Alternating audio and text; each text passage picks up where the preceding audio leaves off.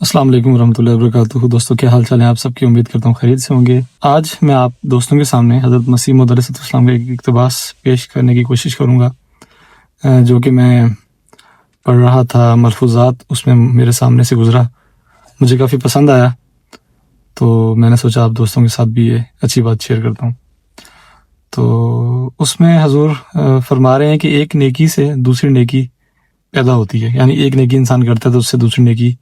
کی طرف بھی انسان کو رغبت ملتی ہے۔ تو اس میں حضور نے ایک حوالہ بھی کوٹ کیا جو کہ تذکرۃ الاولیاء میں سے تھا، ایک بزرگ کا قصہ ہے۔ حضور فرماتے ہیں کہ میں نے تذکرۃ الاولیاء میں یہ پڑھا تھا کہ ایک جگہ پر ایک آتش پرست بوڑھا رہا کرتا تھا اور ایک بڑے بزرگ بھی وہاں قریب رہتے تھے۔ تو کچھ ایسا ہوا کہ بارشیں جو ہے نا وہ مسلسل ہونا شروع ہوئیں اس علاقے میں، کچھ 6-7 روز سے مسلسل بارش ہو رہی تھی۔ تو ایک دن وہ جو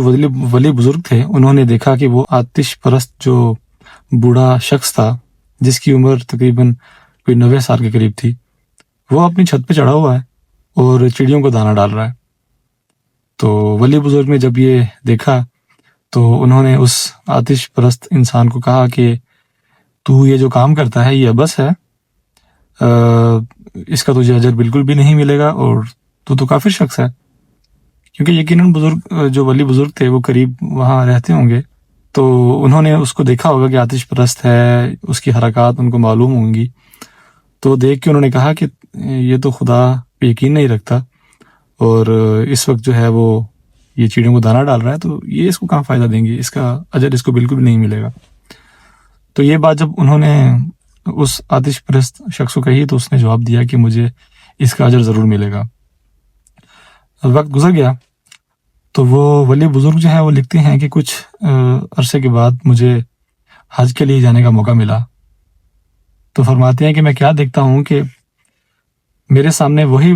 آتش پرست شخص جو اپنی چھت پہ چڑیوں کو دانہ ڈال رہا تھا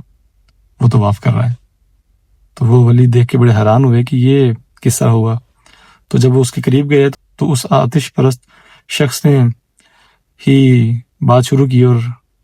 اس ولی بزرگ سے مخاطب ہوئے اور کہا کہ کیا میرا اجر ضائع گیا؟ تو بہت ہی خوبصورت بات جو مجھے بڑی پسند آئی تھی، میں نے سوچا آپ دوستوں کے ساتھ شیئر کروں کہ اللہ تعالیٰ چھوٹی سے چھوٹی نیکی بھی ضائع نہیں کرتا انسان کی، اس کا اجر بھی انسان کو کسی نہ کسی صورت میں دیتا ہے۔